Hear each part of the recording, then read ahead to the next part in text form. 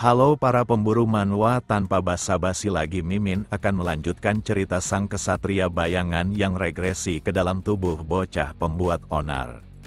Chapter sebelumnya semua orang dikejutkan akan Aser yang tiba-tiba saja menjelma menjadi bocah tangguh, bahkan membuat Lesia tertarik padanya. Di sisi lain Aser memutuskan melatih Lesia, bahkan memintanya menyerang dengan kekuatan penuhnya. Dia juga meminta Lesia tidak ragu meskipun dirinya tidak menggunakan pedang. Aser akan menunjukkan jika pertarungan tidaklah ditentukan oleh penggunaan senjata. Maka dari itu Lesia harus menyerangnya seakan dia sedang melawan musuh yang bisa membuatnya kehilangan nyawa. Awalnya Aser menolak untuk melatih Lesia dikarenakan perbedaan status mereka, tapi gadis itu sangat keras kepala. Dia pun datang seperti yang diperintahkan oleh Aser. Namun tiap serangan yang dilancarkannya dapat dihindari dengan sangat mudah. Meski tak dapat mengenainya, tapi Aser dapat melihat bakat Lesia yang cukup baik. Tapi gerakannya masih lemah dan semua arah serangannya gampang terbaca. Hanya dengan satu gerakan dari Aser dia mampu menjatuhkannya. Lalu mengulurkan tangannya sambil memuji Lesia yang pastinya akan cepat berkembang.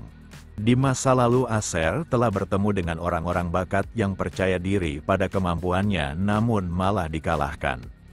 Maka dari itu langkah awal Lesia harus melatih tubuh dan mentalnya sebelum belajar ilmu berpedang. Semakin Lesia mendengar arahan itu dia makin bingung bagaimana bisa Aser berpikir seperti itu seakan dia sudah pernah berperang.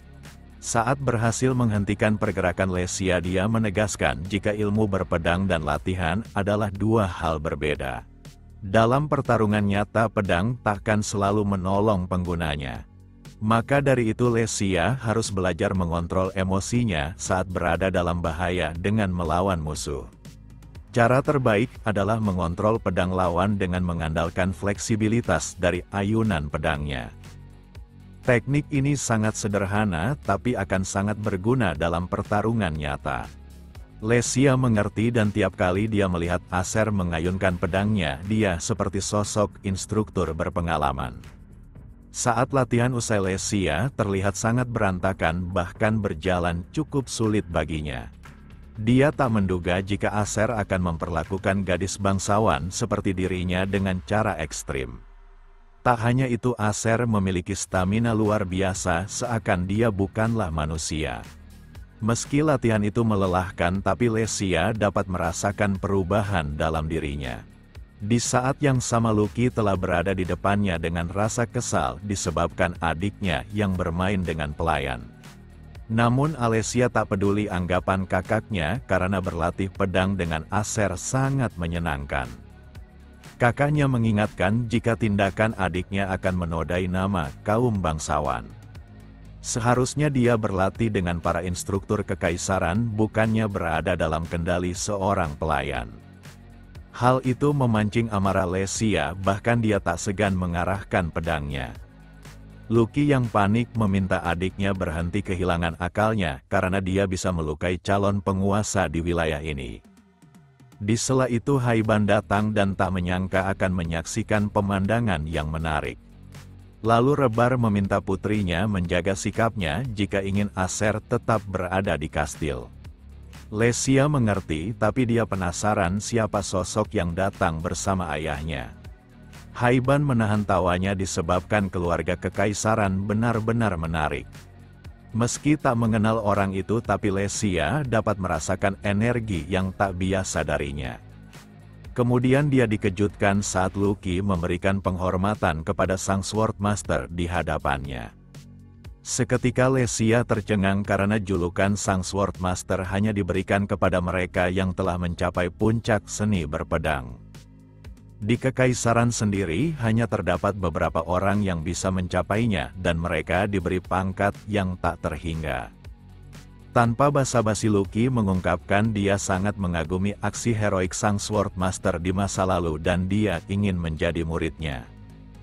Bagi Lucky seorang guru harusnya punya status tinggi, menunjukkan kemampuan mereka bukanlah abal-abal. Hanya saja Haiban mengabaikannya dan malah mendekati Lesia. Meski baru pertama kali melihat Lesia, tapi gadis kecil itu benar-benar melebihi ekspektasinya. Dia bahkan tidak bergeming saat melihat seorang Swordmaster, bahkan tatapannya seperti bersiap menyerang balik jika dalam bahaya. Maka dari itu Haiban akan mengetesnya sendiri dengan menggunakan pedang besarnya. Tindakan Haiban yang tak terduga membuat ayahnya maupun Lucky sangat terkejut. Lesia tak mengerti kenapa sang Swordmaster melakukan ini, tapi dia tak punya alasan takut. Saat latihan Acer mengajarkan hal yang tak boleh dilakukan, di mana membiarkan momentum lawan menguasainya, dan jika nalurinya merasa terancam maka dia pasti akan berakhir terkena serangan. Bagi Acer hal yang paling dasar adalah menjaga ketenangannya di depan lawan manapun. Berkat Acer dia akan melakukannya meski lawannya sangat tangguh. Siapa sangka Lesia menghunuskan pedangnya dan menangkis serangan itu. Usahanya itu membuat Haiban tertawa karena dia baru pertama kali melihat bocah yang memiliki potensi. Kebanyakan dari mereka akan ketakutan saat didekati disebabkan aura intimidasi yang ditimbulkannya. Tapi Lesia tak hanya bertahan, melainkan mencoba menghadapinya tanpa rasa takut. Sikap yang dimiliki oleh Lesia menunjukkan dirinya berbakat menjadi kesatria di masa depan. Tak sampai di situ saja, Lesia melesat maju dengan teknik pedang seperti ular. Sebagai seorang pahlawan, Haiban mengetahui jika teknik itu milik Lavenia yang merupakan rekannya. Serangan yang membabi buta diatasinya dengan mudah sambil memuji gadis kecil itu. Tapi sampai di situ saja karena Lesia dijatuhkan hanya dengan satu gerakan. Haiban sedikit merasa cemburu pada Rebar yang memiliki putri berbakat berbanding terbalik dengan anaknya yang pengecut. Di sana Lucky terlihat memalingkan wajahnya karena dialah yang seharusnya pantas menerima pujian tersebut. Di saat yang sama Lesia menyerang secara tiba-tiba dengan tendangan miliknya. Lalu dia memungut kembali pedang dan bersiap untuk ronde berikutnya. Hanya saja Haiban menghilang dari pandangannya sambil menyentuh kepalanya. Kemudian memujinya karena Lesia memiliki potensi menyaingi bakat sang pahlawan Lavenia.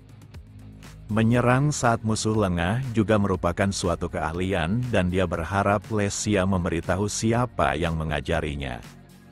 Lesia tak menyangka jika sikap yang ditunjukkannya seakan sangat langka hingga sang Swordmaster ingin mengetahui dari mana dia mendapatkannya. Mereka pun berangkat menuju ke tempat Acer berada dan Lesia tak hentinya memperhatikan sang Swordmaster. Kedudukannya sebagai pahlawan benar-benar nyata, bahkan ayahnya yang merupakan tuan di wilayah ini harus bersikap sopan padanya. Karena masih penasaran akan Acer, sang Swordmaster menanyakan apa yang dirasakan Lesia saat melihat teknik berpedangnya. Baginya Acer seperti sosok prajurit yang telah lama berada di medan perang, ditambah sikap disiplinnya yang sangat baik. Tempat yang mereka tuju tidaklah asing bagi Haiban karena dia sering berlatih dengan temannya di sini. Tapi sekarang temannya itu sudah tiada dan dia sangat menyayangkan hal itu. Di sana terlihat Acer yang terus mengayunkan pedangnya tanpa henti. Saat berbalik dia tercengang menyaksikan sosok di hadapannya. Dia sangat mengenal Haiban dan sudah 20 tahun mereka tak bertemu. Di masa lalu penguasa tanah sebelumnya mempercayakan nyawa putranya kepada Haiban. Di saat itulah Acer melihat Rebar karena dia juga selalu mengambil bagian dari tiap misi bersama sang pahlawan. Dengan wajah seriusnya Acer menyebut nama Haiban sebagai sang Swordmaster. Hal itu membuatnya tertawa karena seorang bocah pun mengetahui dirinya padahal dia sudah meninggalkan kekaisaran sebelum dirinya lahir. Sepanjang perjalanan Haiban sudah tak sabar bertemu dengannya. Acer tersenyum tipis karena dia sangat mengetahui kebiasaan sahabatnya dengan selalu menguji para anak yang ditemuinya. Tapi kali ini dia akan memberikan sebuah kejutan kecil dengan menyerang terlebih dahulu. Gerakan tiba-tiba itu membuat Haiban kehilangan fokus dan menjatuhkan pedangnya. Dia seketika mengingat masa lalunya saat bersama dengan sahabatnya. Meski orang itu selalu merendahkan dirinya yang hanya bisa teknik dasar berpedang, tapi Haiban yakin jika mereka berdua pasti berada di level yang sama. Bahkan saat berlatih keduanya menunjukkan kemampuan yang hebat, seakan keduanya sang Sword Master. Kali ini Haiban merasakan perasaan yang telah lama hilang, di mana dia melihat sang kepala penjaga terkuat di kekaisaran dalam diri bocah itu. Dia pun langsung menanyakan apakah Acer merupakan murid dari sang kepala kesatria terdahulu. Ungkapan itu membuat Acer tertawa dan menegaskan jika dia tak memiliki seorang master. Setelah mendengarnya, Haiban secara spontan memintanya untuk menjadi muridnya saja. Seketika Rebar tercengang karena menjadi murid dari sang pahlawan adalah sesuatu yang tak bisa dianggap remeh. Di saat yang sama Lesia menyela karena pembicaraan itu sedikit mengganggunya. Dia kesal akan sikap Haiban yang menyerang sesukanya seakan dia bisa berbuat semaunya. Meski dia seorang Sword Master, tapi perilaku seperti itu seharusnya tak dia lakukan. Cara bicara serta sikap Lesia membuat Rebar menghentikannya karena putrinya telah lancang kepada sang pahlawan. Kemudian Haiban menghunuskan pedangnya dan dia akan memperlihatkan kepada Lesia kenapa sang pahlawan sangat dihormati, bahkan bisa berbuat seenaknya. Udara di sekitar mereka seketika berubah akan aura hitam yang diiringi petir merah. Aura itu adalah bukti jika Haiban telah mencapai puncak tertinggi seni pedang. Lalu dia menebas udara hingga menciptakan tekanan yang sangat dahsyat. Saking kuatnya baik Lesia maupun ayahnya harus memalingkan pandangan mereka. Siapa sangka dia berhasil menghancurkan apapun yang ada di depannya. Haiban yakin bocah berbakat seperti Acer ditakdirkan untuk mencapai puncak, dan dengan kekuatan yang baru dilihatnya maka siapapun pasti menginginkannya. Rebar sendiri memahami jika menjadi murid sang pahlawan berarti memiliki otoritas yang besar terlepas dari pencapaian yang bisa Acer lakukan di masa depan. Bahkan Lesia berpikiran jika dirinya dilatih oleh sosok sekuat itu, maka dia pasti bisa menjadi sang Sword Master juga. Dia sangat penasaran dengan Acer yang akan menjadi tak terkalahkan karena bakat yang ditunjukkannya sudah melampaui semua bocah di kekaisaran. Hanya saja mereka bertiga harus mendengar jawaban yang tak pernah dipikirkannya, di mana Acer malah menolaknya. Sementara itu rumor terkait kedatangan sang pahlawan telah tersebar dan semua orang berkumpul untuk menjadi muridnya.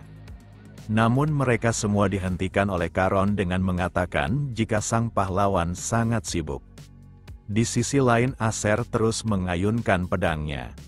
Di saat yang sama dia teralihkan akan suara di luar kastil yang terus meneriaki nama sang pahlawan. Tak hanya terganggu akan suara dari luar, tapi Haiban terus mengikutinya. Meski Acer menyuruhnya pergi, tapi untuk sementara waktu Haiban ingin bersamanya. Dia bahkan terus meminta Acer agar menjadi muridnya, tapi dia ditolak padahal di luar sana ratusan bahkan ribuan orang ingin berguru padanya. Walau sekarang dia telah regresi, namun Acer merasa malu jika harus menjadi murid dari temannya sendiri.